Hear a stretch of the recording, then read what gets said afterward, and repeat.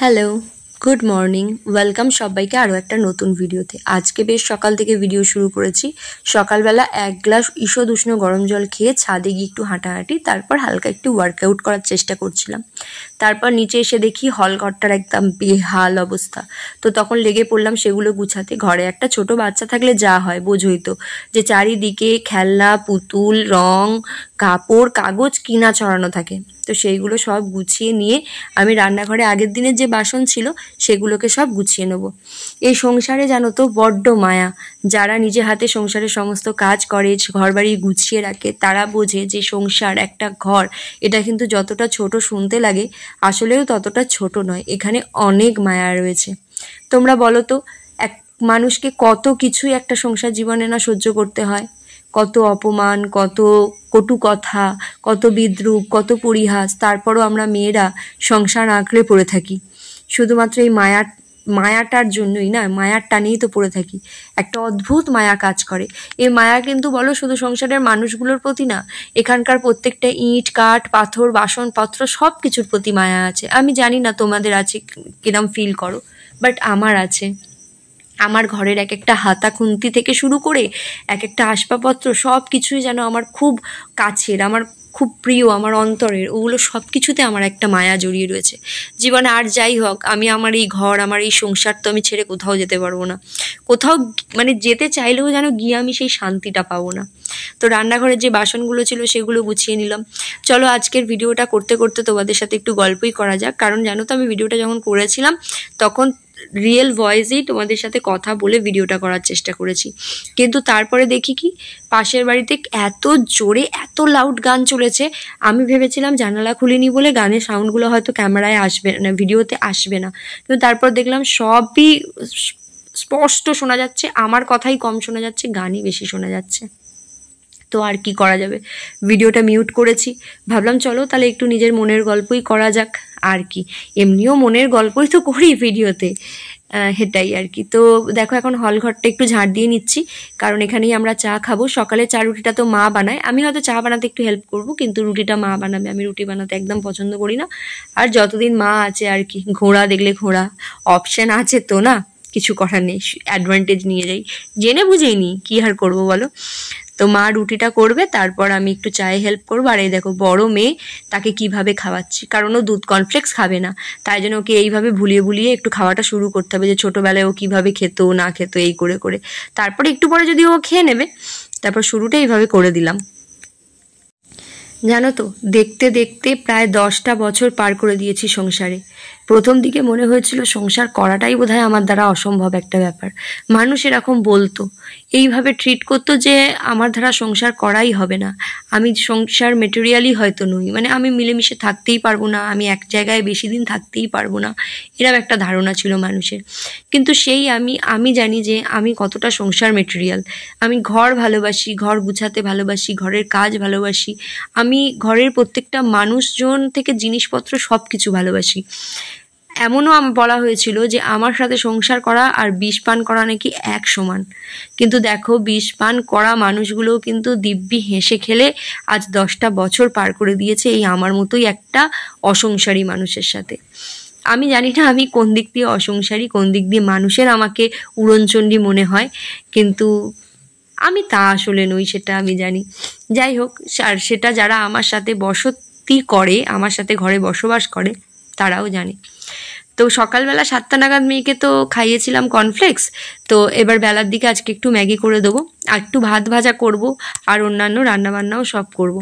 এখন জানো তো, কথাগুলো ভাবলে খুব মনে কষ্ট লাগে যে সংসার জীবন শুরু যখন করেছিলাম, মনে কত স্বপ্ন, কত আশা, শুধু ঘুরবো, সাজবো, সংসারটা গুছাবো, পথ চলার দেখবে যে কোনো পথ চলার শুরুর দিকটা কত ইন্টারেস্টিং থাকে। আমার ক্ষেত্রে কিন্তু ঠিক তার উল্টো। আজ 10 বছর পর গিয়ে আমার কাছে সেই স্বাধীনতা, সেই আনন্দ, সেই একটা ফিল আছে যে হ্যাঁ, এটা আমার সংসার, আমি গুছিয়ে সংসার করছি। কিন্তু যখন সংসারটা শুরু করেছিলাম, কথায় কথায় শুধু অপমানিতই হতে হয়েছে। অনেক খারাপ সময়ের মধ্যে দিয়ে গেছি, নানান খারাপ স্মৃতিই রয়েছে সংসার শুরুর দিকটা। কিন্তু এই যে হার মানা যাবে না, কেউ আমাকে নিয়ে হাসলো, কেউ আমাকে অপমান করলো, তার মানে এই যে আমি হেরে যাব এটা আমি মনে করি না। অনেকে চেষ্টা করেছিল সংসারটা যাতে না হয়, অনেকে চেষ্টা করেছিল যাতে হেরে যাই, মাটির সাথে মিশে যাই, কিন্তু না, আমি মাথা উঁচু করে দাঁড়িয়ে থেকেছি। আর আজ 10 বছর পার করেছি, এটা ভেবে নিজের মধ্যে একটা প্রাউড হয় যে হ্যাঁ আমি পেরেছি। সেই মানুষগুলোকে মুখের উপর জবাবটা আমি দিতে পেরেছি এই 10টা বছর সংসার জীবনে। আর শুধু 10 নয়, আমি চাই এই 10-এর পিছনে আরও হাজারখানা শূন্য যুক্ত যদি করা যেত, তাহলে আমি টিকে থেকে দেখাতাম যে না, কারোর বলাতে কিছু যায় আসে না। কিন্তু কি জানো তো, ওই যে অপমানের কথাগুলো, সেগুলো চাইলেই ভুলে যাওয়া যায় না, কানে বেজে ওঠে। মানুষ যেভাবে মিথ্যে বলে আঘাত করে হৃদয়টা ভাঙে বা অপমান করে, সেগুলোকে চাইলেই ভুলে যাওয়া যায় না। একদিন হয়তো সব ঠিক হয়ে যায়, কিন্তু স্মৃতিগুলো রয়ে যায়। কথাগুলো কানে যখন আপন মনে বসে থাকি তখন বেজে ওঠে, সেই মানুষগুলোর মুখ চোখের সামনে ভেসে ওঠে যে এই মানুষগুলো এইভাবে আমাকে পিছন দিকে টেনে ধরেছিল, এইভাবে আমার জীবনটাকে প্রায় একদম তিক্ত করে তুলেছিল। সেগুলো চাইলেও আমি ভুলতে পারবো না কোনোদিন। ছোট ছোট ঘটনা সংসার জীবনে আছে যেগুলো খুবই প্যাথেটিক আমার জন্য। একটা নতুন মানুষ, নতুন সংসার শুরু করতে গেছি, সব কিছু নতুন। সেখানে যতটা ভালো লাগা, যতটা ভালোবাসা নিয়ে, ভালো মন নিয়ে আমি শুরু করতে চেয়েছিলাম, সবাই যেন মনটা কোথায় একটা বিষিয়ে দিয়েছিল, তিক্ত করে দিয়েছিল। যতই আজকে সব ঠিক হয়ে যাক, আজ আর সব কিছু আমার নিজের আয়ত্তে এসে যাক, কিন্তু তাও সেই দিনগুলো, সেই কথাগুলো, সেই ঘটনাগুলো কোনো কিছুই ভুলে যাব না কোনোদিন। যেদিন পাতে ভাত নিয়ে বসে কাঁদতে হয়েছে, নির্ঘুম রাত শুধুমাত্র চোখের জল ফেলে কাটিয়েছি, যে এত অপমান, এত কটু কথা কি সত্যি আমি ডিজার্ভ করি? সত্যি কি কোনো দরকার আছে এগুলো? কিন্তু তাও সহ্য করে, মুখ বন্ধ করে সহ্য করেছি। হ্যাঁ, কখনো কখনো হয়তো প্রতিবাদ করার চেষ্টা করেছিলাম, কিন্তু তাতে বিশেষ কোনো লাভ হয়নি। সেই সময় হার আমাকেই মানতে হয়েছে। তবে আমার কি রুলস জানো তো, আমি খুব একটা বেশি প্রতিশোধ পরায়ণ নই। শোধ নেওয়ার থেকে নিঃশব্দে সরে আসা আমার কাছে অনেক বেশি শ্রেয় বলে মনে হয়। তো আমি সেটাই করেছি, কিন্তু আজ সেটা করেই আমি সাকসেস পেয়েছি। আজ আমার ঘর, আমার সংসার, আমার নিজের পায়ের তলার মাটি। একটা সময় এমন বলা হয়েছিল যে কোনো কিছু বলার বা এমন একটা ভাষা প্রয়োগ করা হয়েছিল, সেটা আমি আর সোশ্যাল মিডিয়ায় করব না, সেই সমস্ত কিছু যেন আমি আমার নিজের বাপের ভিটে গিয়ে করি। এরকম একটা কথা বলা হয়েছিল যে এখানে তোমার কিছু নেই, তোমার ভিটে নয়, তোমার নয়, যাও তুমি তোমার নিজের জায়গায় করবে। তবে আজ আমি আমার সেই নিজের জায়গাটা অ্যাচিভ করতে পেরেছি। একদিন কেউ ঘাড় ধাক্কা দিয়ে বের করে দিয়েছিল তাদের বাড়ি বলে, কিন্তু এটা আজ আমার বাড়ি, আমাদের সংসার, সম্পূর্ণটা আমার, কারোর কিচ্ছু নেই এখানে। কেউ চাইলে আর আমাকে এখান থেকে ঘাড় ধাক্কা দিয়ে বার করতে পারবে না। কেউ বলতেই পারবে ঘাড় ধাক্কা দিয়ে মিন্স এরকম যে দেখো, কাউকে সত্যি করে ধাক্কা দিয়ে বার করা আর কাউকে বেরিয়ে যাও বলার মধ্যে খুব বেশি তফাৎ নেই। কিন্তু প্রত্যেকটা কথায় যখন বুঝিয়ে দেওয়া হবে যে এখানে তোমার কিচ্ছু নেই, তোমার নয় এটা, তুমি এখানে কোনো ম্যাটার করো না, তোমার কোনো গুরুত্ব নেই, সেটা সমান অপমানিত হই আর কি, হয়েছিলাম আমি। তো আজ আমার নিজের ঘর, আমার নিজের ভিটে, হ্যাঁ, তাদের ভাষাতেই বলতে গেলে আর কি, যেখান থেকে আমাকে কেউ বের করতে পারবে না, বরঞ্চ এখানে আসতে গেলে কাউকে আমার অনুমতি নিতে লাগবে। তো সেই দিনগুলোর কথা যখন মনে পড়ে আজও খুব খারাপ লাগে। আমি জানি সব ঠিক হয়ে গেছে, কিন্তু সত্যি সেই ঠিকগুলোকে ঠিকভাবে কিন্তু থাকবে না, মনের মধ্যে সেই স্মৃতিগুলো সব রয়ে যাবে, চিরদিন চিরজীবিতভাবে রয়ে যাবে।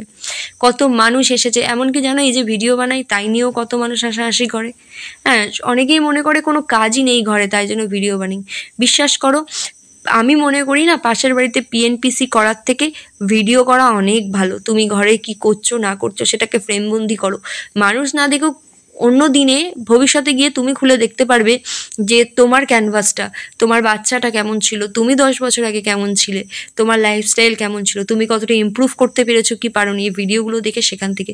কারণ একটা মেমোরি কতটা আমরা ক্যামেরা, ফোনে বলো বা কম্পিউটারে গিয়ে কতটা সেভ করে রাখতে পারবো, কিন্তু থাকলো ইন্টারনেটে একটা কর্নারে পড়ে। ইন্টারনেট একটা হিউজ দুনিয়া, তার এক কোণে না হয় পড়ে থাকলো একটু ছোট্ট আমার ভিডিওগুলো, মানুষ নাইবা দেখলো, নাইবা হলো লাখ লাখ টাকা আর্ন করা, কিন্তু আমার স্মৃতিটা তো থাকবে। ভিডিও করতে অনেক সময় যায়, আর সংসারের কাজের পাশাপাশি ভিডিও করতে হয়, তাই জন্য দেখো বসে খাওয়ারও সময় নেই, রান্না করতে করতেই খেতে হবে। তাও তো বাড়িতে মা আছে হেল্প করার। এমন অনেক মানুষ আছে যারা ভিডিও করে বা অন্যান্য কোনো কাজ করে, যাদের সাথে হেল্প করার মতো কেউ নেই। আমি তো তাও লাকি যে আমার মা আছে, অনেকটা কাজে হেল্প করে দেয়। এই সমস্ত গল্প করতে করতে এদিকে দেখো ডাল, ডাঁটা চচ্চড়ি আর এদিকে মাছ ভাজা এই সমস্ত করা হয়ে গেছে, রান্নার জোগাড়। সব মানুষে হাসাহাসি করে, কিন্তু সেই মানুষের হাসাহাসি বিদ্রূপ সব কিছুকে উপেক্ষা করে আমরা আমাদের কাজ করে যাচ্ছি, করে যাব, টিকে থাকার লড়াইয়ে আছি। একজন গৃহিণী জানে, একজন মহিলা মানে একজন নারী জানে তার কত কর্তব্য, তার কত দায়িত্ব। সেই সব কর্তব্য দায়িত্ব ঘরে বাইরে আমাদের পালন করে যেতে হবে। তো চলো আজকের ভিডিওটা এই পর্যন্ত থাক, দেখা হবে অন্য কোনো ভিডিওতে। এখন অনেক কাজ বাকি, এগুলো সব গুছাতে হবে। টাটা, দেখা হবে অন্য ভিডিওতে।